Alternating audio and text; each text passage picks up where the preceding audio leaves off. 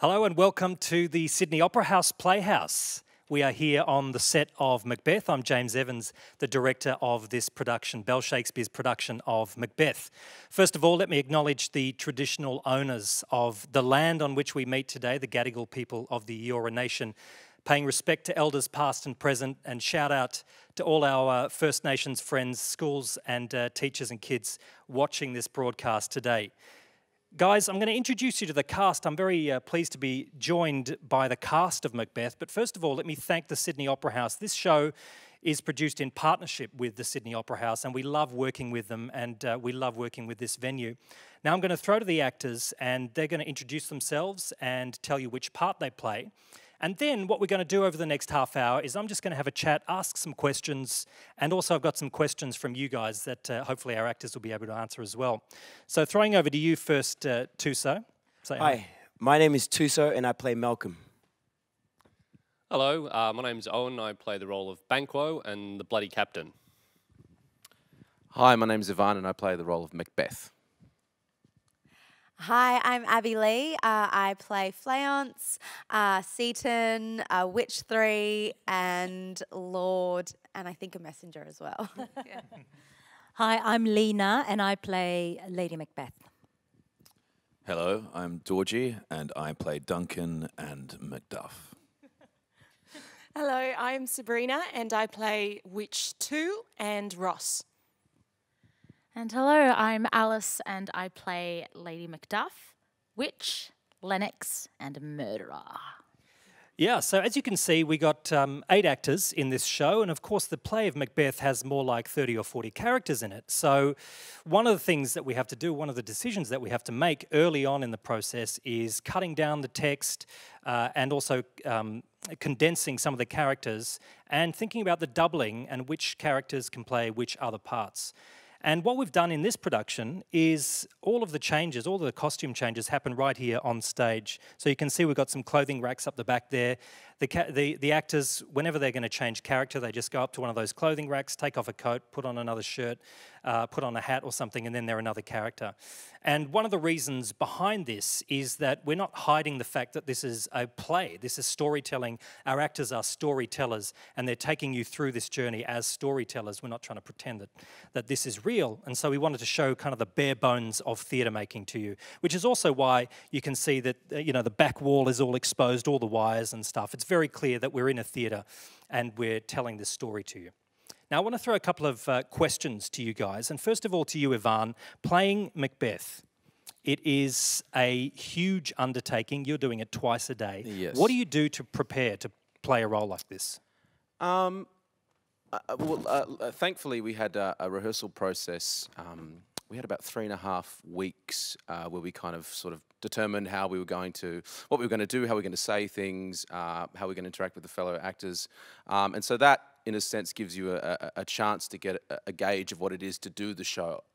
It's only until you actually do it, and we're doing it 10 times a week, so 10 shows in 5 days, so it's quite an event for us. But it's only once you start getting into that actual sort of like that rhythm of doing 2 a day for a week is when you actually start feeling what it is to do that undertaking.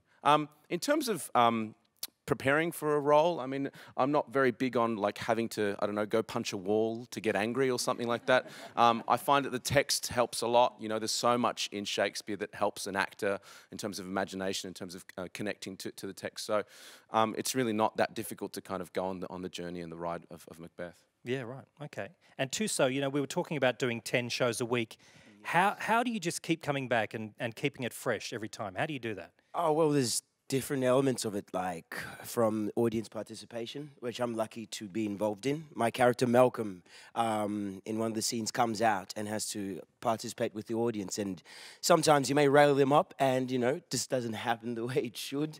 It might flop, and that energy, sometimes you might just take it onto the stage and work with your peers too in the scene, listening, and I think, that just kind of keeps it fresh, really, for me. Yep. And then, and also thinking about playing multiple characters. I mean, Tuso, you don't play multiple characters in this, except you do play a murderer at one stage with a balaclava over your head. But some of the other actors are playing a lot of characters, and Abby Lee, you in particular, you're playing the son of Banquo, Fleance, as well as the daughter of Macduff and Lady Macduff, as well as some other characters. How does that work? How do you go playing different characters in one show? Yeah, actually, when I got the script, I was really excited to be playing a lot of different characters because for an actor, there are so many different choices that you can make physically and vocally, and really doing a lot of those is, for me at least, a lot of fun. So I kind of, that's kind of where I started, as well as making physical choices as well as vocal choices, just so you can separate it so they're not all the same person as you walk through the play. And then the costumes help a lot. Your shoes, your dress. You know, my dress for the little girl, I completely hold myself differently because of it. You know, I get to slouch a lot more in my shorts and my shirt for Fleance, which is fun. And the shoes as well that I'm wearing, you know, they're just Converse shoes, and they help me make me a lot more buoyant as well as Fleance. So I find that helps. But yeah, it's fun. Now, obviously, this is an iconic venue, and Abby Lee, you've played in here a couple of times before. You were in our production of Midsummer Night's Dream last year, playing very memorable Puck.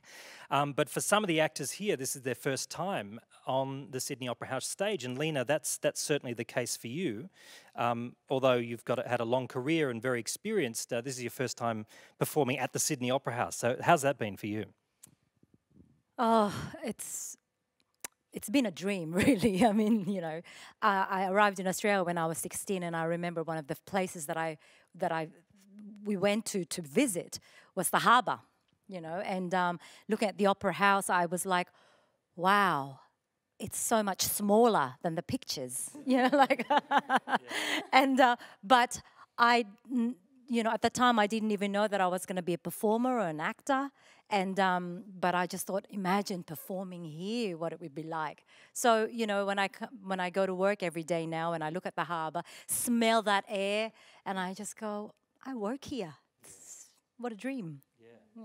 Yeah, absolutely. It is like a dream, and just every day getting off that train at Circular Quay and looking out over the Opera House and the Harbour Bridge, or the bus. It's a wonderful place to work. Now, some of you guys are interested in Shakespeare's language and, of course, studying it in school. And professional actors, their job very much is to interpret that language and make it really clear for you when they're telling the story. So let's talk a little bit about language. Alice, I want to ask you, you've performed in a number of Shakespeare plays now. You were in Othello, you've been in Romeo and Juliet, to name a couple. Is it important as an actor to know the meaning of every single word you're saying, or is that not something that you focus on? I think that it's important because especially in Shakespeare, the words, he gives you so many clues as to who your character is and what they're thinking. So in order to know what you're trying to say to somebody else, you do have to understand why they're saying what. So understand the words and their meaning, and especially because language has evolved and changed so much since Shakespeare has written it. It's really important, especially for our productions, to understand what we're saying. And then once we have that down, it allows us to be able to play, and also to bring it to kind of modern sensibilities as well.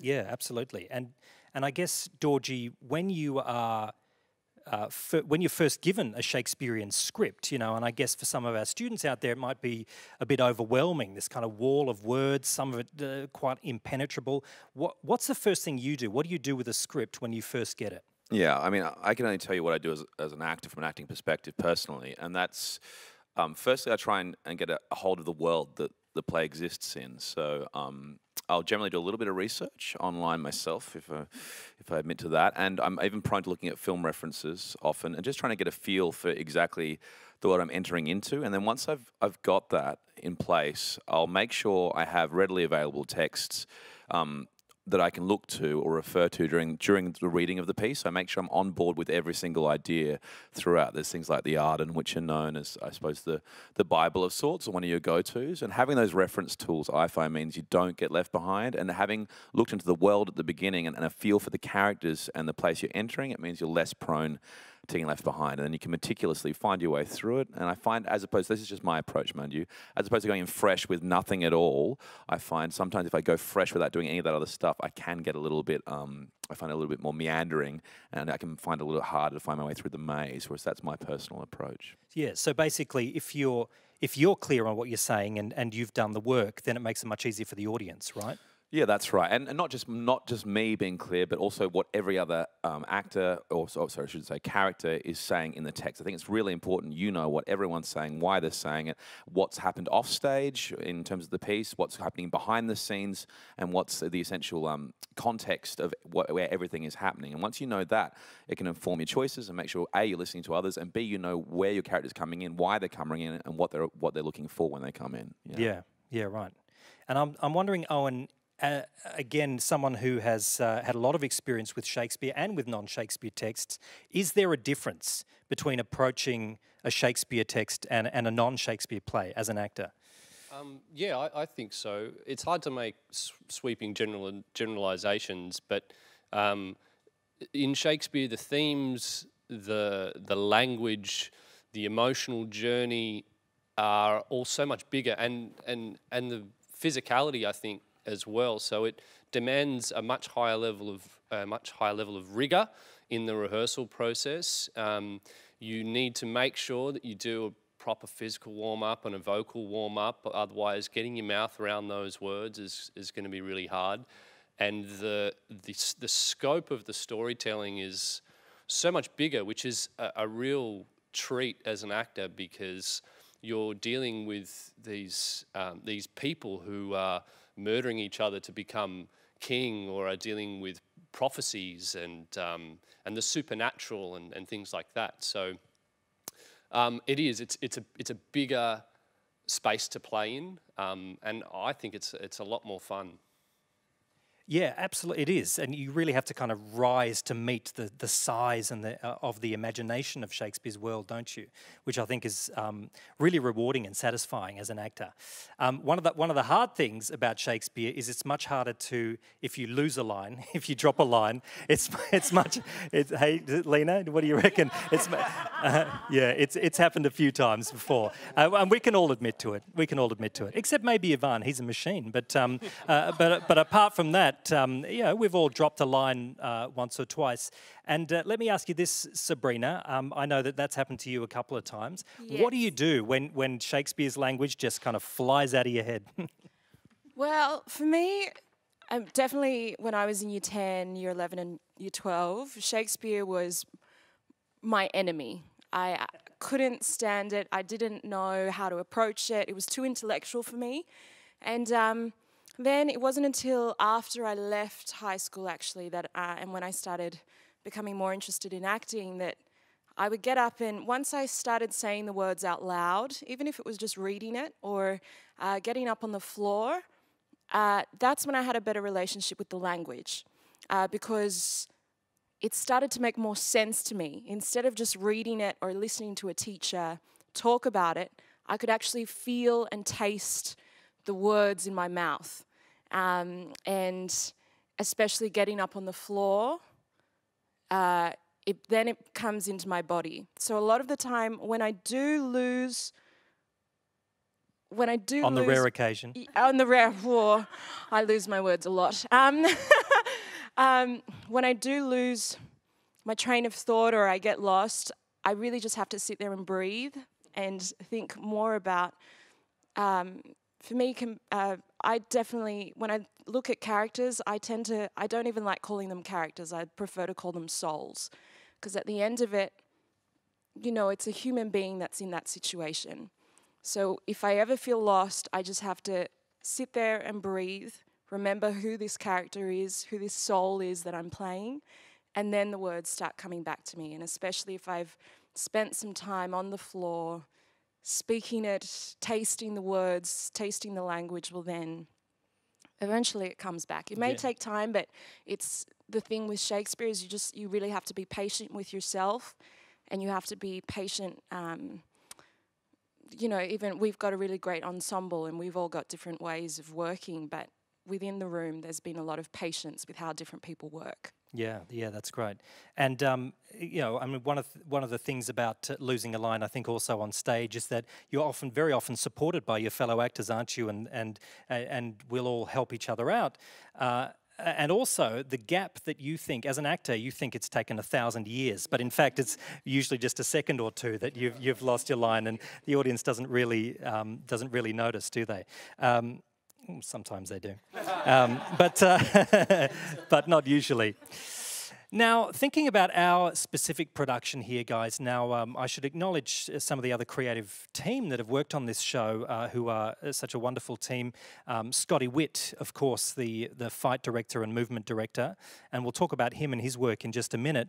But also Mel Page, the designer who put this set together and all of our costumes. Nick Raymond, our lighting designer, who works with the lights in the theatre, as well as these 65 bulbs that we've hung up here, creating all sorts of amazing patterns and lighting effects. And also, of course, Nate Edmondson, our composer and sound designer. And music is such a big part of theatre these days, and such a big part of the emotional landscape, I suppose, of theatre. And I wonder if anyone wants to take on this question about what is the impact of sound and music for you as an actor? How does that help support the story, support the performance? Does anyone want to talk to that? Abby Lee, yeah, go on. Yeah, I think it adds like complete another element to it. It also helps, I think, especially with Shakespeare. There's so many emotional scenes and things going on that I also think that the music helps inform the audience about what's being kind of felt on stage, or what kind of tone it is that's being expressed throughout the stage. And so even if you don't understand something that's being said, you can kind of feel it because the music helps you. The music and the sound helps you along. You know, and we've got some modern pieces and stuff throughout this production as well, and I think it just helps the students, you know, realise that Shakespeare can be fun and it can be relevant, and it is. Some of these stories are, you know, are relevant today. Maybe not Macbeth, I hope. Well, although the grasp for power, of course, is something that we can recognise. Georgie, please. Just on soundtracks and musics and scores. I think, you know, the thing about Shakespeare is there's obviously real musicality in the text as well. There's a rhythm. You could argue it's like a score in terms of music for you music lovers out there who do read music. And so therefore there's swells and crescendos, diminuendos, there's stops, there's all these elements of musicality in the text. So you can actually mirror that with your noises off stage, which means you can have these same swells, builds, and punctuated verses and phrases, which will stand out all the more with support of music off stage. So the fact that the scripts itself are like a score means they're perfectly suited to a soundtrack to aid in telling the story. Yeah, absolutely. That's great. Now, I want to talk about swords and sword fighting. Now, this is a really, really fun part of rehearsal. We love putting the fights together, but of course, we have to be safe with the fights as well. And we just wanted to do a little demo for you with, now, of course, at the end of Macbeth, Macbeth and Macduff have the big boss battle. Macduff has a big boss battle against Macbeth to finish him off and to bring peace to the kingdom. And so Dorji and Ivan have been working on this fight a lot over the course of the rehearsal period with Scott Witt, our fight director, and of course Owen Little, who is our fight coordinator during the season. Now, guys, let's clear all the chairs to the side so we can see something about this fight. Owen, can you introduce this to us and tell us a bit about what you do? Yeah, sure. So on any play where there is a piece of violence or even intimacy, any kind of movement that has an element of risk to it, a theatre company like Bell Shakespeare will employ a fight director to come in and choreograph that particular movement and sort of take the actors through that process throughout the rehearsal period. When we're on tour, the fight director isn't there every day, and so someone from the cast, in this case me, is nominated as fight captain. And all that means is that before every show we will run through the fight, sometimes once or sometimes twice, address any issues that have come up in the previous run, and I'll just be a third eye, so I'll generally sit in the audience watch these guys go through the fight and give any feedback about anything that I can see in the fight that we might be able to tweak to make it a little bit safer. So before every show, we run through the fight slowly first and then at pace. So yeah, guys, do you want to run through it once? Slowly. Just slowly, yep, tap through it.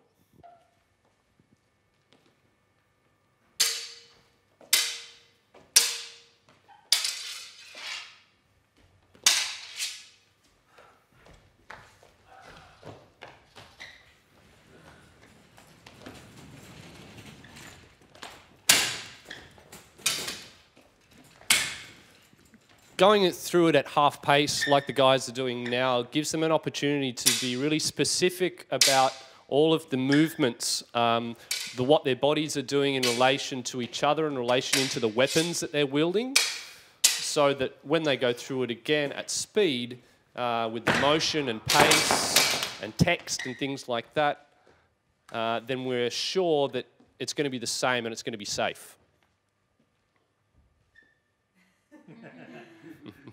Okay, you better reset it. Okay, let's reset that and go again at pace. So in the normal fight call, this is the point, or even before this, when I would say, "Oh, hey guys, last time when we did this, a coat flew off the coat rack. So what can we do to stop that from happening again?" Those kind of things. Yeah. At speed.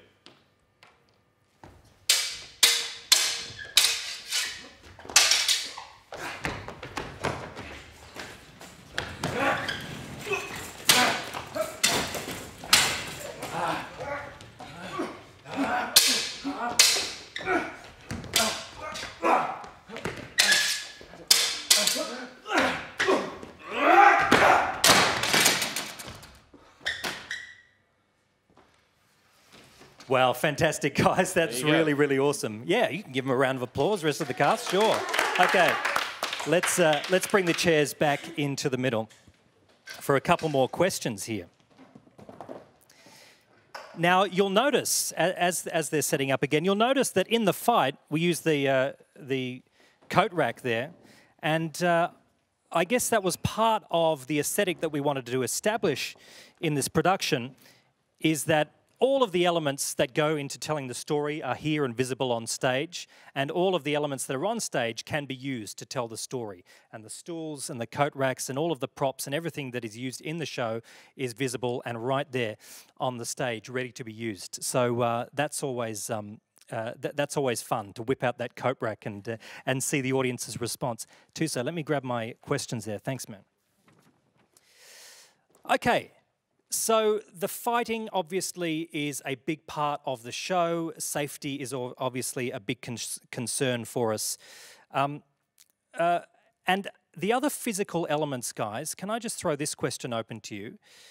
What have you found throughout this rehearsal process about the physical elements of this show, the choreography, the movement, that has been something that is that's really exciting or interested you as a performer?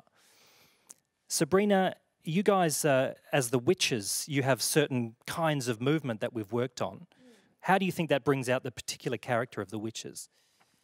Well, what I love about the Weird Sisters is we've definitely gone for a more, in terms of just thinking oogly boogly witches with like Halloween, we've definitely approached it more that they're outcasts. And definitely gone with more of an earthy kind of Mother Nature, especially because we have 3 women with different. The great thing about our cast is you know, we've got a lot of diversity within our cast, and with that comes even some traditional elements from our background. And Jimmy has wonderfully been able to let us explore some of that. And what was the question again? This is what happens. Well, I'm glad to hear all that about the sisters. That's great. But I also was talking about the movement and the specificity of the movement, really, that we've been working on with those characters. We've spent quite a lot of time very carefully mapping out how they move. And I'm just wondering, and even Alice and Abby Lee as well, if you might want to respond to that. Yeah, we had conversations about movement in particular with the Weird Sisters, and how we could make them individuals yet have kind of a synchronistic movement between the three of us, just to give it that kind of eeriness or that other thing, and that put them as outcasts. And so yeah, we had a lot of conversations about, okay, well maybe my witch moves a little bit more erratic, and mine maybe, you know, especially with our cauldron scene, we're all doing quite different things, yet we all come together in a very, very synchronized thing. And yeah, it was about conversation and about making it together yet different. Yeah, sure. And one of the big elements of the Weird Sisters is the mask. Can you go grab that mask, Abby Lee? Because I just want to show that just before we wrap up.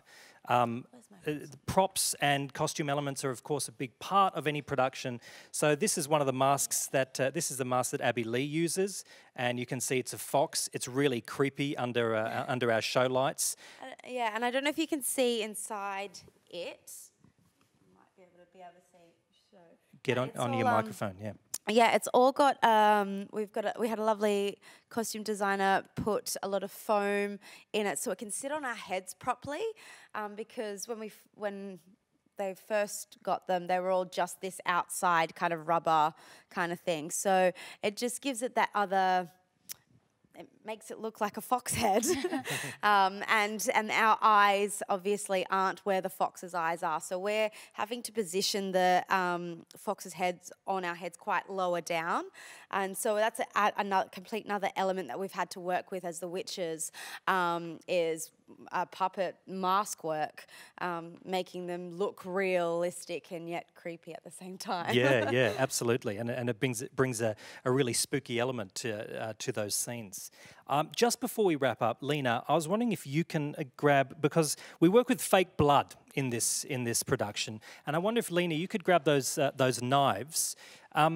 Owen, I just wanted to ask you, while Lena's getting them, what's it like to have blood spilt all over your face, all over your chest? You got blood everywhere. Your Banquo gets murdered. What's that like?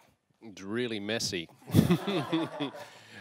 Yeah, so every day, twice a day when we do the Banquo murder, Alice covers me pretty much head to toe in blood, and I get a really cool banquet scene after that where I get to chase Yvonne around the set looking like some kind of nightmare.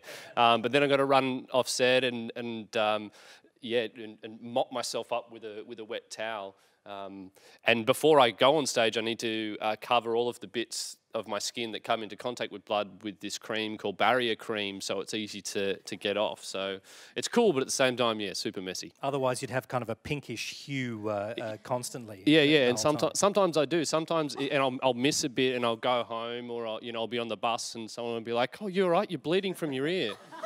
And so, yeah. That's great. And now just looking, if we can get a close-up on these knives. They're very sticky, so they're preset with this sticky, gross blood. And Macbeth walks out with these knives, and then Lady Macbeth grabs them off him. So is that blood wet on there right now? This is the thicker one, so it's just... sorry, you have to grab this. This is the thicker one, so it's actually like plastered onto the knives, but we put fake blood in our hands and, wipe them to make them look real, like real dripping blood.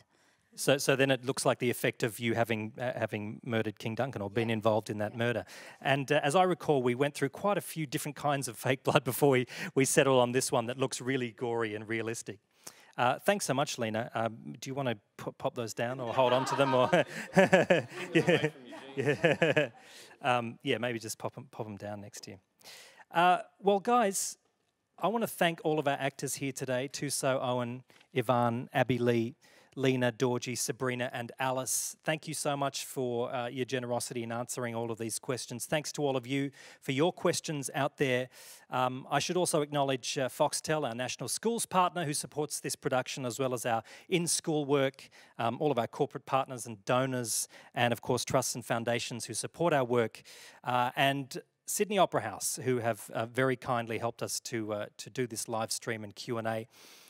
Next week, we're heading off to Melbourne, and we'll present the show again there in partnership with the Arts Centre in Melbourne, and then off to Perth, and we'll be enjoying the hospitality of the University of WA and doing the show at the Octagon Theatre over there. So many thanks to all of you for coming along and watching. Thanks again to the cast and to Bell Shakespeare for this show, and we will see you around the theatre.